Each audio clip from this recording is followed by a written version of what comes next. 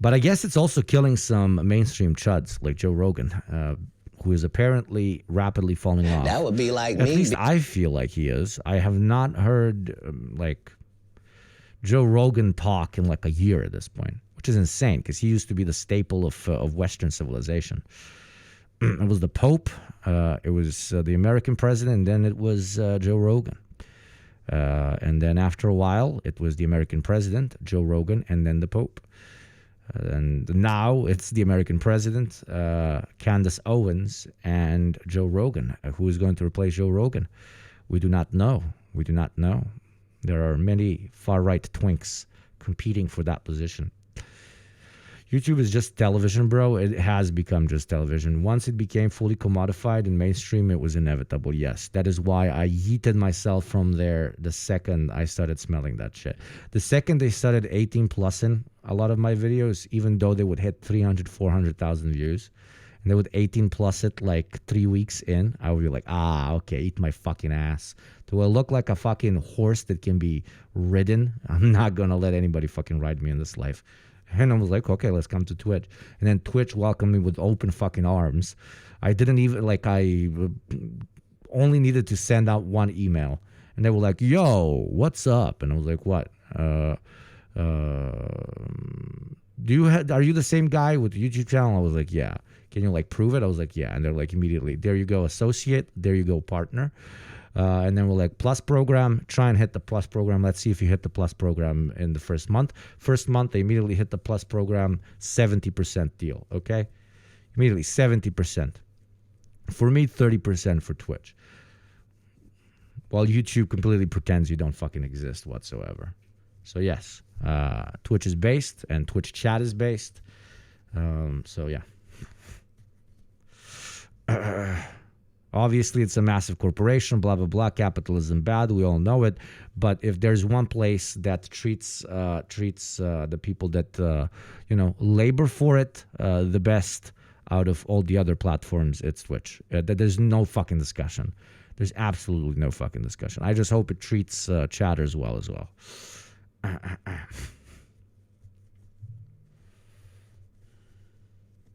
Thank you, Polaris, for the biddies.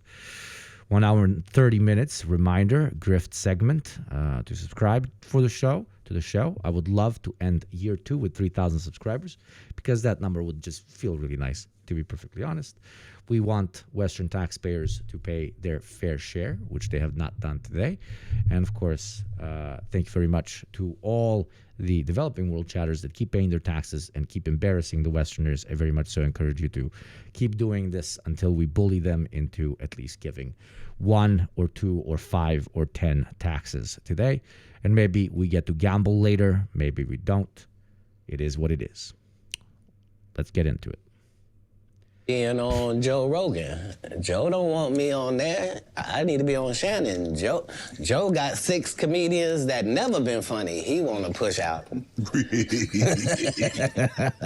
All right, so now that it's officially December, I think it's finally safe to say that 2025 has been the most destructive year for the comedians in the so-called Rogansphere. Guys like Andrew Schultz, Tony Hinchcliffe, Bert Kreischer, Brendan Schaub, and of course Joe Rogan himself, they've all taken such a massive hit to their reputations this year that literally no one takes them seriously anymore. Not just as comedians, but as people in general. Like they've all been Brendan Schaubified, so to speak, as the majority of their audiences have started hate-watching their content rather than genuinely enjoying it as they did before. And now, whenever you hear one of their names come up, your brain doesn't immediately think of anything positive. Long story short, it became mainstream this year to clown on these guys. Even their own friends in the comedy world don't respect them, and have actually comfortably joked about how corny they all are all year without consequence. I mean, just last week, the comedian Nick Mullen was on Skankfest in New Orleans, speaking about a recent conversation he had with Tony Hinchcliffe, where he essentially tried to tell Tony in the nicest way possible that him and all his comedy goons have ruined the city of Austin. Also, just a side note, I believe this was a live streamed event, so just bear with all the technical difficulties they had as Nick Mullen was speaking.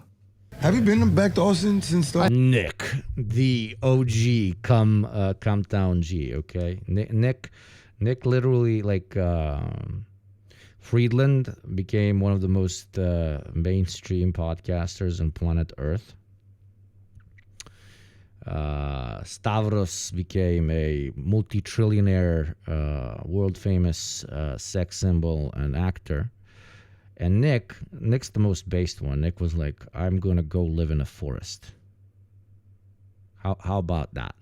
How about I'm so above all this shit, I'm no longer doing any of this shit. I'm going to live in a forest, and I'll appear every 12 years like a fucking bear coming out of hibernation to say some base shit and then disappear again, okay? Loki, the funniest man alive. He's pretty funny. He's going the Unibomber route, yeah. I can't wait for his terrorism arc. It's going to be incredible.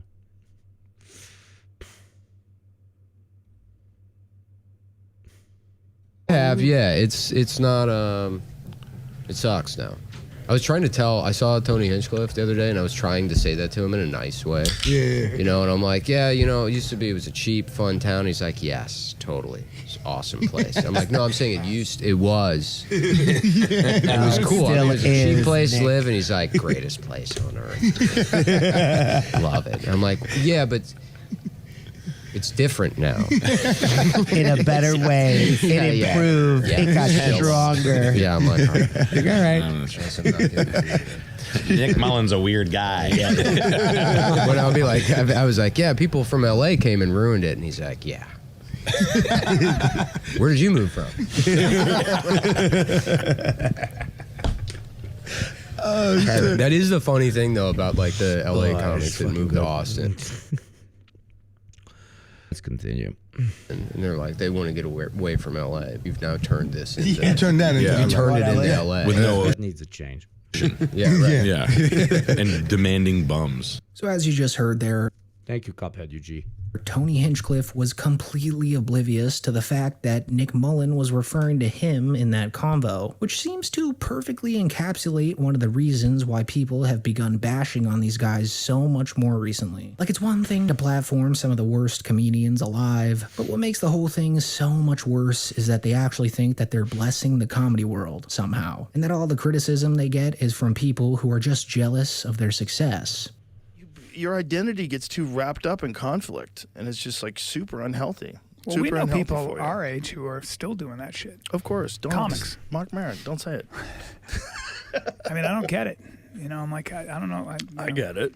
I love how fucking monkey brain that this fucking imbecile is, dude. Like, oh, dude, we shouldn't do like infighting amongst fellow comedians. We're part of the same tribe, but like infighting over politics and pushing conspiracy theories and sometimes far right bullshit that helps elect the fucking unhinged fucking clerofascists. That is completely chill. Okay, that is absolutely chill. Sharing misinformation about individuals, that's fine. Sharing misinformation about the god emperors of mankind, also known as comedians, that's fucking whack, bro. Like, what the fuck is wrong with you, dude? You need to be more careful with what you say when you're talking about comedians. Said the fucking guy that's continuously pitching us the idea that the fucking pyramids are some sort of weird spaceship, dude. You watch the elephant graveyard videos on Joe Rogan? If not, they're exceptional. I think I know what you're referring to, but I'm not sure. Give me context, baby.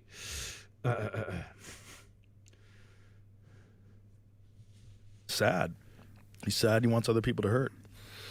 That's what it is. He wants other people to hurt. There you go. Said by this fucking... That's incredible shit. Not charitable. It's his fellow comedians are humans. All the rest of us are plebeians that they can play with and manipulate.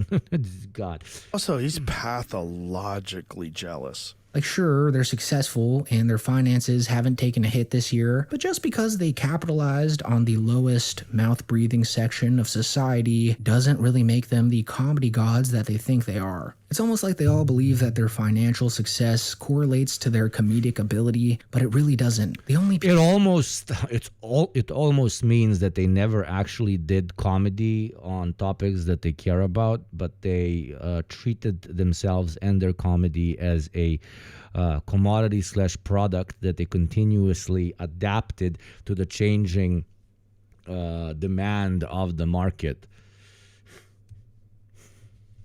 people that treat them like innovators are the same people who think yelling slurs is peak comedy. Okay, like a true principled artist in any fucking field who does art that they care about. An artist that commodifies themselves and turns themselves into a product, simply continuously adjusts themselves to what the market currently demands. So you will see him doing one type of art in the 2000s, a completely different type of art in the 2010s, and a completely different type of art in the 2020s. And sure, an artist can evolve and change their style and do something new that they were not interested in before. But if that pattern of change completely coincides with what is trendy, and in America right now, obviously during the Trump election, currently in general, is, MAGA America. And the second that started wobbling and, popularity of MAGA, as we're seeing right now, declining in the U.S. to an extent, they're immediately pivoting to, but this is not the guy I endorsed. This is not the policies that I supported, etc., etc. Like it's the eternal grift, but we're not calling it a grift because it's working the market. No, whenever art chooses to adapt to trends as a way to sell more, wonderful. A new that is a grift. Subscriber. That is a grift. That is the definition of the grift. When you're not doing something because you actually believe in it, but you're doing it because you think it's going to sell more. Thank you, Heretical, for the gifty. Thank you very much. Be like Heretical. Be Heretical and gift some motherfucking subs, baby. It's Christmas. Don't you wanna feel in the spirit of giving? Don't you wanna feel really in the spirit of giving? Well, you should. All the people who don't classify themselves as MMA Kill Tony superfans are just watching this whole ecosystem rot from the inside out. So as I said before, a lot of comedians have picked up on the overwhelming amount of clownery surrounding the guys in the Rogansphere, and in turn have started clowning them themselves. Stavros Halkias' podcast, Western taxes. You're missing 9 more, my friend. For example, to be counted there. I'm still thankful for your gift, but to be counted there, if you're a Western minority, you give 10. If you're a Western white, you give 20. Has become a haven for making we still have 0, and we're hour 2 in. I'm going to start banning Westerners. fun of the Rogansphere. I'm fucking around. Because if there's a funny joke to be said, or am I? It will be said. And Stavros doesn't really save anyone from getting dunked on. I mean, just the other day, a guy who's friends with all the hacks in the Roganverse, Joe List, openly mocked Andrew Schultz in the really exaggerated fake laugh that he does on Flagrant, which was quite possibly the most accurate impression of the year. Well, there's certainly no shortage of white guys talking like black people. Yeah. That's true. That is true. You talking about Andrew Schultz? Podcasters. 1 second.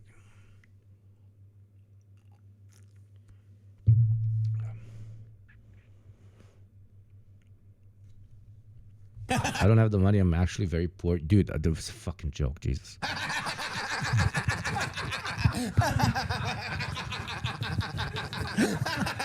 And also, you're lying. You're Western or you're Western, so it means you're a multimillionaire living on a yacht house.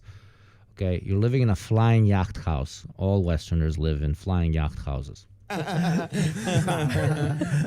Tale as old as time. The white boy that, I did it. I've done this. Andrew Schultz is another one of those guys whose reputation's taken a massive beating recently. And that's entirely his own fault. Like this entire year, Andrew Schultz has exposed himself as the biggest grifting sellout of all time. Not only because he happily accepted blood money from the Saudi Arabian government in exchange for a heavily censored, government-sanctioned comedy set in Saudi Arabia, but also because of the fact that he thinks of himself as a political journalist now, a title that he shamelessly gave himself in the New York Times interview he did a few months ago, which is pretty pathetic once you learn that he has absolutely no idea what he's talking about when it comes to politics. And really all he does is glaze Donald Trump to no end, which I guess kind of worked when Trump was running for president, but now that he's in office and is impacting hundreds of thousands of families across America by the day, the shtick has completely fallen flat. What was it? We knew Rome was falling when cooks became celebrities.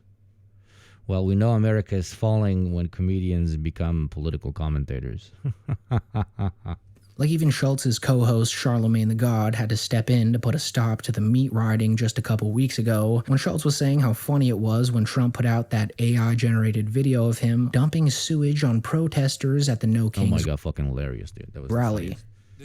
For my father to physically go to as a Republican, to go to a protest, very significant.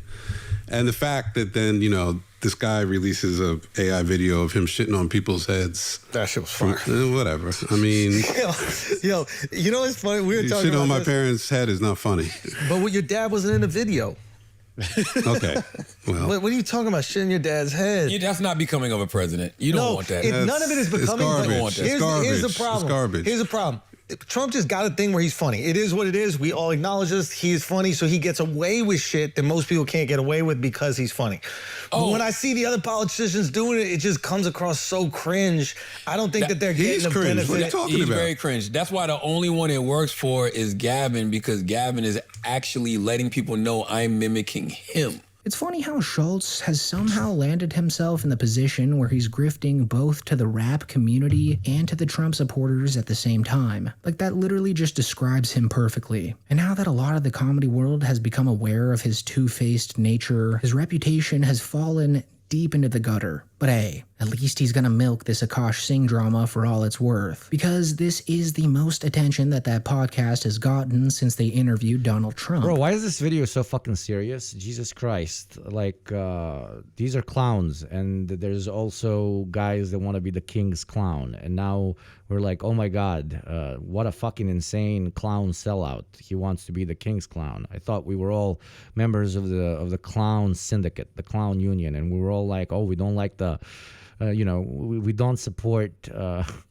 clowns that only work for the monarch. We're the people's clowns. Look, what the fuck? We're doing this analysis as if these are like some of the, oh, look at fucking Hegel and Nietzsche over here fucking discussing shit. And holy shit, Nietzsche really fell off. My dude, these are dudes fucking making dick jokes. What the fuck? But not to sound elitist or whatever, but it is a pretty big, it shows just how down under the entire fucking country is. The thought leaders of an entire country are dick joke makers. It's fucking incredible. Thank you, Argonian. What's up? It's very nice to see you, Argonian. Everybody check out Argonian, dear friend of the show. Go and give a follow. Thank you for the 14 months, baby. But when I voted for the clown, how could I have known he'd wear a red nose? Thank you, Argonian.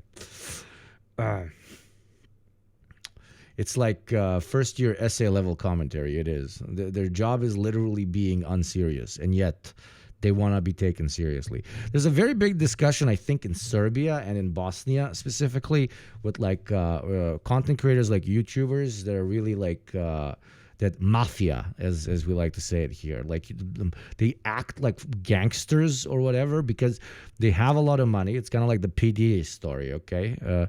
They have a lot of money, but the way you flex is informed by the last 20 or 30 years of what it means to flex in the culture. And in Balkan culture, to flex is pretty much to be a gangster, to be a known hoodlum, to be a badass motherfucker, etc., that, was connected to drug dealing, to crime, blah, blah, blah, because we had the 90s, post-socialism. So the idea of a rich guy flexing is not that much linked to, looking like a CEO or an executive. You're flexing in a very, very different way here than over in the West. We don't want to, look clean cut and elegant or whatever. You want to look as much as possible like, you kill people for money. It's a different thing. And when you go to neighborhoods, even in the West, where, it's very crime infested, whenever anybody gets more money, that's the aesthetic that they tend to go with, right? It's informed by material conditions, just like everything, right? But the reason I started mentioning that is that there's a big conversation in Bosnia and in Serbia about like all these very famous, and now like there's multi-millionaire YouTubers acting like gangsters and not really even knowing why they're acting like gangsters. And that's exactly my explanation, because the culture informs it. That's the only thing that they know. Well, in a similar way, in the United States, I guess, for a public performer to be the ultimate and most respected level on the hierarchy of public performers is to be somebody who is very verbally and proactively engaged in politics. So when a comedian grows massively and hits all the highs that he can as a comedian, he starts looking for that next mountain to pass. He starts to an extent disliking the fact that everybody simply sees him as a clown. And that is why they start taking on these other mantles. That is why they really, really want to go into politics, because they're all class clowns that want to be taken seriously. Unlike based class clowns that I fucking love, that I've been, a part of. I mean, I've streamed on Twitch. I am a clown as well. Don't get me fucking wrong. But a clown that knows what he is. They don't know what they are. They don't like what they are. People like all the guys from Camptown, right? They know they're clowns and they completely embrace their clowniness, and ironically end up being far better political commentators than any of these fucking schmucks ever could by actively pursuing it. So yeah, that's how I explain it to myself. A little psychiatrist hour with Yugo. That's how I explain it to myself. Very successful comedians that no longer want to be seen as comedians, so they move into what they think is the next big thing that is also respectable, and you get what you get. It doesn't keep you honest, and people start noticing and stop listening. I mean, I guess they're releasing a podcast today where they're supposedly going to address the whole Jaslene thing, but you don't even have to watch that to know that it's going to be one big nothing burger. Let's just get right into it. Yeah. Yes. Which frat party should my daughter avoid in the near future? I have a 2-year-old daughter. Which frat party should she not go to? Shy should avoid Teak. Because they definitely... Why? They make you pop that thing crazy or what? No, because they spike the drink. No way. Yeah, so they got kicked off of our campus. No for way. Doing that. Yeah. Oh my Lord. Yeah. Popping pussy. Yeah. Let's just get some definition. Okay. We're gonna any terms that you might need to know the actual meaning of. Alex is here to break it down. To be fair, I thought it was just like dancing, getting dressed up. Okay, my dear friend Heretical, who's also a beautiful oiler, is lobbying for us to check this out. So I gotta check this out. But we went from Walter Cronkite. Dude, of course I watched this. We watched like half of it on stream, my friend. I thought you were talking about some bit that Joe Rogan did called The Elephant Graveyard. Forgot the name of the channel. Yeah. Holy shit. Yeah, Heretical. Holy mother of God. Yeah. Whoa, who's got those emotes, bro? Jimmy Essie. From Jimmy, dude. Yeah, it is a long video. It is a very long video, okay? You see how it becomes big the more you touch it? You see? It's so fucking huge. I'm talking about the mouse. I love that on MacBooks. Does the PC also do this? Do all computers get bigger when you stroke them like this? All of them? Sometimes it doesn't want to work, you see, and like it's not supposed to be embarrassing. It's okay. It happens to everyone, but you know, if you just keep trying and focus, then it does grow. But otherwise, yeah, there you go. But then it doesn't want to work. You see? Oh, and then it works. It's crazy. It's very fucking strange. Thank you by any means necessary. Can we watch the How Money Works vid about the gig economy? Also, 2025, good year of Yugo stream. So 2026 is the year Yugo becomes a 10K Andy. No, a 1K Andy one day, maybe, God bless. No, I'm okay with even being under a 1K Andy as long as I have 3,000 subscribers. 3,000 subscribers is a very nice number, and I want that number because it will make me feel very good, and my commentary will become even better, and my mother will be proud of me, whose birthday it is today. 3,000 subscribers as a gift for my mother, who can say, oh, I don't simply have a 2,000 subscriber son, I have a 3,000 subscriber son. And all the other Twitch mothers in my home village are going to be like, no, your son is better than us. No. And my mother will be like, I am very proud, mother of 3,000 subscriber Andy. It is very base that I am his mother. Thank you, chat, for allowing his mother to be very proud of her 3,000 subscriber Andy son. Incredible shit. And maybe that was my mistake. Yeah. So I acknowledge that. Look at this. Big one. Yeah, the act of getting... Thank you, State Affiliated Media, for the 9 months, baby. I hope the child is good. I hope the child is beautiful. Or you gave birth in the 8th month. Dressed up, looking fly as hell, wearing a minimum of 3-inch heels, preferably higher, and dancing your ass off. By the way, State Affiliated Media, you know whose idea was to put State Affiliated Media on the program hats, the OGD program hats? This guy. To the wee hours of the morning. That was what I was doing. Yeah, this is white people's definition of it. This is what you learn. So that whole thing just stinks of the fact that they're probably going to joke about it and then call it. Yeah. So I acknowledge that. Look at this. Big one. Yeah, the act of getting dressed up, looking fly as hell, wearing a minimum of 3-inch heels, preferably higher, and dancing your ass off into the wee hours of the morning. That was what I was doing. Yeah, this is white people's definition of it. This is what you learn. So that whole thing just stinks of the fact that they're probably going to joke about it and then call everybody. I'm too Eastern European for this. What the fuck were they talking about? Popping pussy is now to go out and party really hard as a woman that is dressed really well. Well, I guess. So if I'm a guy, if I'm a person that has a penis, I am popping dick if I dress up and then stay up till very late and dance a lot. Do we have popping dick? Yo, boys, next time I'm hitting up my brothers, I'm like, yo, boys, let's go get fucked up and pop some dick. Chat, you popping dick today? It is a Saturday. Are we popping dicks and popping pussies? What the fuck? Popping the bussies, maybe some of you. Thank you, Fire Banshee, for paying forward the sub. Thank you very much. Helping my mother be very proud of a potential 3,000 sub Andy.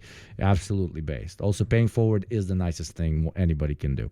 Using your Prime sub on me and paying forward is unironically, like if everybody just did that, every Twitch streamer would be very sustainable. Popping that bussy. Incels. And of course, take slang dick. Bopping beppies. You're not pop my pussy, but I support the idea theoretically. Popping, overdosing on poppers. Cautious. Yo, bro, you want to go pop some dicks tonight? Pop some dick tonight, dude. Dude, I really feel like popping dick tonight. What the fuck? God, which is actually pretty disappointing. Like Akash Heretical, I don't remember. Like that was a while ago when it came out.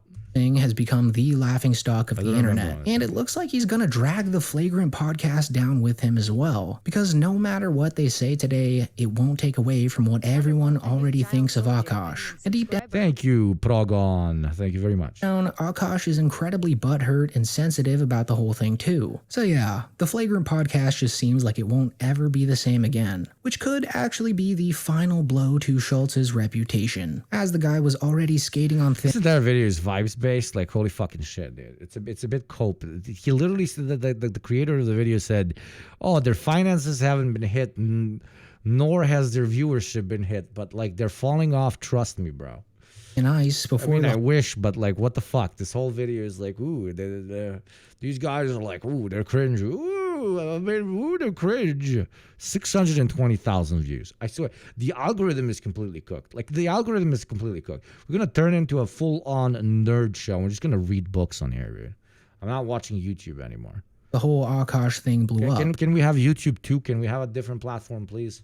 I mean, if you've seen the Flagrant podcast subreddit recently, then you know that it's essentially just a hotspot for all Akash Singh related events. But even before that, it was becoming more of a snark page like the Fighter and the Kids subreddit than an actual page where the fans discuss the podcast. So if anyone's experiencing the Brendan Schaub effect the most, it's the Flagrant guys. But if we're gonna keep mentioning Brendan Schaub, then I think it's only right to give a small update on his pretty depressing new life in Austin. Because it's almost been 5 months since he made his move to Austin, and every day since then has gotten even more miserable than before. And now, in December of 2025, Brendan Schaub is essentially at the saddest point in his career. I love how you I love how you moved to another part of the country. It is very different to the part of the country that you are from, just because some other comedians said that it is great to move there. Like, put this guy in an asylum, okay? Take care of him the way you take care of a dog, because he cannot take care of himself. Oh, you sold everything you possess, and then you moved to other place, far away, other part of country. Because of what? Because of what? Because comedian guy said so. You are not like, no, you should have your ID card taken away and your passport. You need parents, okay? You need to be adopted and taken care of by real adults. What the mother of God? What are parents doing nowadays? Why is this large child allowed to roam freely, okay? Does anybody allow this man to drink alcohol, smoke cigarettes, and drive car? It's crazy. Caveman Mafia, taxes paid, Western ethnic. Thank you very much for the 3-month streak, my friend. Thank you to all the individual taxpayers, to all the Euler taxpayers, to all the primers, etc., etc. Career as an entertainer, as he's basically just faded away into irrelevance. Most importantly, to all the gamblers and those who want us to reach the gambling moment. Like, he's become such a nobody. Yes, we watched the Spooky Socialist video yesterday, my friend. At this point, that Joe Rogan... And Spooky even came and chat, and we talked. It was great. Is finally comfortable having him at the mothership. But just the other week, he appeared as a guest on an episode of Story Wars, and it happened to be so boring that not even Podcast Cringe covered it, which says a whole lot. Very good job, Cuphead. Like, all Brendan Schaub did was laugh when everyone else laughed, and mimicked the hell out of Matt McCusker. The only clips worthy of sharing is when he went on to his podcast after and cackled at the idea that he had ever been banned from the mothership, even though Joe Rogan and even Brendan Schaub himself admitted that he was banned from the mothership way back when he was still... You know what, chat, do you also feel like when we're watching these videos about these stand-up comedians, bro? Like, I feel the way normies feel when, I don't know, we talk about like niche streamer drama. I now finally understand. What am I trying to say? What am I trying to say, Chad? I'm trying to say, like, you know when you talk to your friend, what the fuck? You know when you talk to your friends that don't watch Twitch and you're explaining like something that is exceptionally Twitch related, right? Something very, very Twitch related. And you see this sort of, I don't know what to call it, like... we call it the cow stare, like the not disinterested but completely confused stare that your friends give you, if any grass touching friends, right? Well, this is what I feel like when we're covering this like comedian shit. It is like I am peering into a subculture that I'm not necessarily informed about, nor am I necessarily interested in whatsoever. And I'm listening to this lovely person, sounds like a great person, that's very passionate about it, but I'm like sitting here and I'm like, why am I supposed to care? These are clown people. Why am I supposed to care? Well, it was a very good lesson, because now I understand what all my normal friends feel like when I talk to them about very Twitch specific stuff. So maybe I should tone that down a little bit, because for what is it? For 10 minutes now, I've really been trying to care about what the fuck is being covered in this video, and I cannot force myself to because I'm not part of the subculture. The same face people give me when I tell them about the Israeli Cum Squad. Me every time I'm on Sean's stream. Yeah, me too, bro. Like, Sean will cover. I love Sean. Sean's fucking great. But, like, I go to Sean to become, I don't know, to de-unk myself and know what the fuck is going on Twitch. Because I will go on Sean's stream and he will be, like, name-dropping people and be like, whoa, like, this guy is doing this and that guy did this and that's, like, crazy. Oh, like, what the fuck? Whoa. Like, I'm, like, trying to connect all the dots. It is like I'm being introduced to a new game of World of Warcraft, a new DLC with a map I have never played. I was like, holy shit, this is entertaining. This is great. I will not allow any shit talking of friends of the show here, okay? Don't be fucking stupid, bro. Please. None of you, okay? Sean the Black. I'm talking about Sean the Black, not Sean. I just can't give a fuck. Yeah, that's fine. That's fine. That's fine. I understand it to an extent. I have to give a fuck because I'm in this space, I guess. Have you seen the FD video yet? Which one? Doesn't the FD post like 700 videos a day on like 12 channels? Sean is lovely. Yes, Sean is fucking great and very smart. Cosplaying as a stand-up comedian.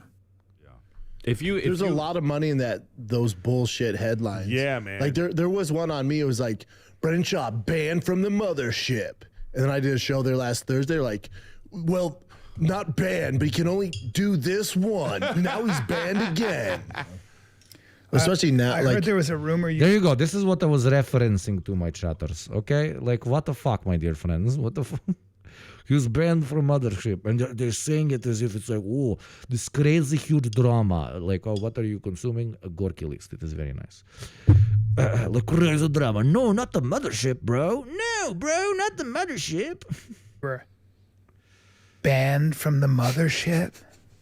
Was that the online rumor that you were? Imagine? That you were? Hold on. Banned from the Mothership. Hey, can you imagine? Did Joe Rogan ban you? Is that? Thank you, Alpaca. That was from 10 days ago, but thank you very much. I'll check it out. Is that what I read on the internet? Hey guys, thanks so much for the edification. Yeah. I guess he was unbanned. Yeah, banned. You were banned, huh? Can you imagine? Brent Shaw apparently has been banned by Joe Rogan. Whatever we There has to be are, a standard. Someone there has to be a fucking standard. But that's like the same thing you'll see in my comments or maybe in yours on Reddit. Like, oh, why aren't you playing the Mothership, Brendan? I don't deserve to be there. And me and Rogan have had this conversation. I'm not there yet. There's guys like you, like to me, and I'm not just saying Big J's one top. This is anthropologically interesting because you are seeing a new tribe form, okay? You are seeing a bunch of dudes hanging out and being like, what if we made a thing? What do you mean if we made a thing? What if we now invented a hierarchy? What if we invented cultural norms? What if we invented a logo, a flag, an anthem, and then said if anybody wants to participate in our tribe, they have to follow the particular rules. So the high point of the hierarchy is you are allowed into the mothership where only the top of the top can perform. But you can still be part of a said community, said country of comedians, I guess. And you need to fight in order to get into the mothership, and that is like a great seal of approval that you are incredible member of country of comedians. Our flag will be the mothership logo, and our president will be Joe Rogan, and he will determine who is worthy and who is not worthy. Right? Like it's very interesting. It is. I'm going back on what I said earlier about this video and this whole conversation being uninterested. I feel like I'm having a very European moment right now. I feel like I have just this quote unquote discovered, if you know what I mean, an indigenous tribe somewhere in the deep Sahara, and I am looking at how they organize their society, and I'm comparing it to mine, and I'm low key calling them savages. Yes, I'm having a very European moment. So.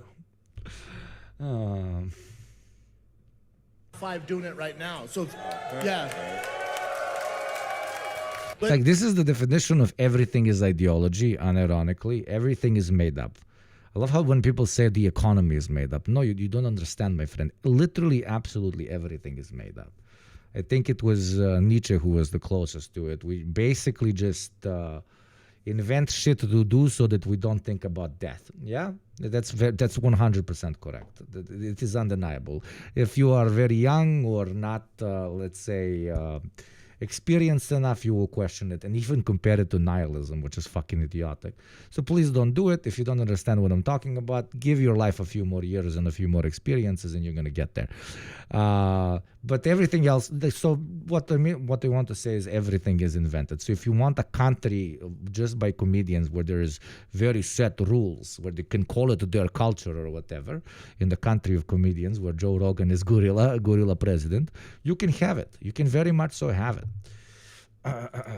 Countries are invented, nationalities are invented, your fucking tribe is invented, your fucking, like 85% of everything that you really consider you, some other guy somewhere over there invented, and then you adapted to it, and then it became such a let's say core element of the skin that we all wear of civilization that even questioning it would make you look insane or would make you feel insane because you're questioning what you are and who you are and whether you can be anything and so on and so on and so on.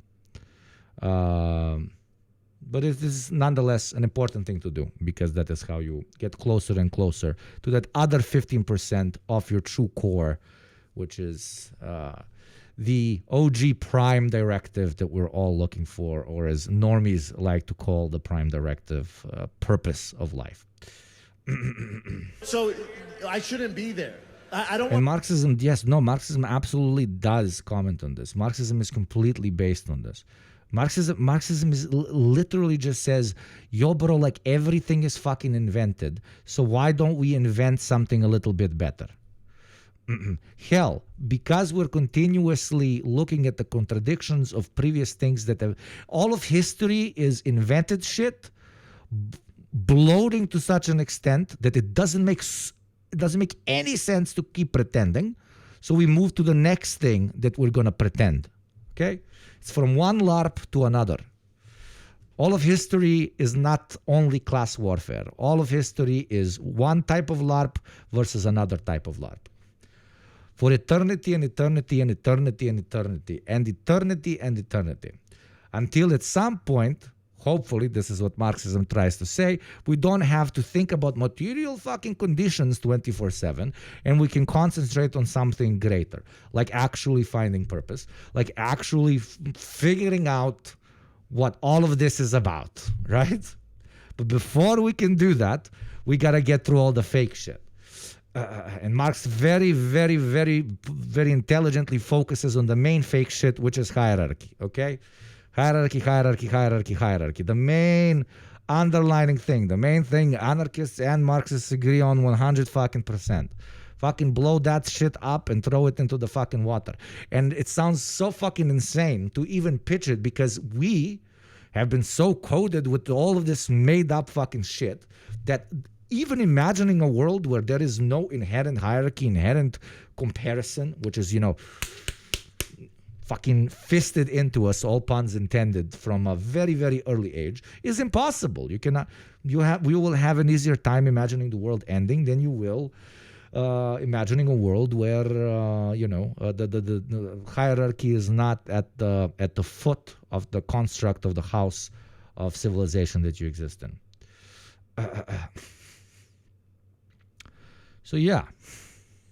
Anyways, rant over. Let's talk about the important things. Comedians on the internet. God fucking damn it. I'm having one of those moments. Jesus Christ. Go there and get nothing makes fucking sense. And then that makes everything make sense. So fucking what? backlash. Like I want when they invite me to be a headliner, I'll know it's my time. All right, I don't want to recreate the Comedy Store for me. It has been a problem though, because there's a lot of people want to come, and some of them are just people are weird, like that want a headline, and that they know, like that you're not really a headliner. Like, what are you talking about? When he actually considered himself a stand-up comedian, he was not invited to the mothership. But now that his life is so irrelevant, it's pretty safe for him to go there, because in reality, no one really cares about him anymore. And as insufferable as Kill Tony, Flagrant, and JRE have become, they at the very least can say that they're still pulling massive numbers. Brendan Schaub, on the other hand, has gotten so desperate at this point that fans are starting to think that he's resorted to scamming his own audience. So yeah, Brendan Schaub has hit bedrock. After all though, the only reason Brendan Schaub is even being featured in this video is because of Joe Rogan, which is really the one guy we should talk about right now. Because there can't be a video about the Rogansphere without mentioning the Grandmaster himself. Because Rogan's really the only reason why anyone even cares about the people previously mentioned in this video. He's also... In the U.S. It's 4:15 a.m. Your alarm is blaring. The bedroom in your mansion costs more than most. Shut up.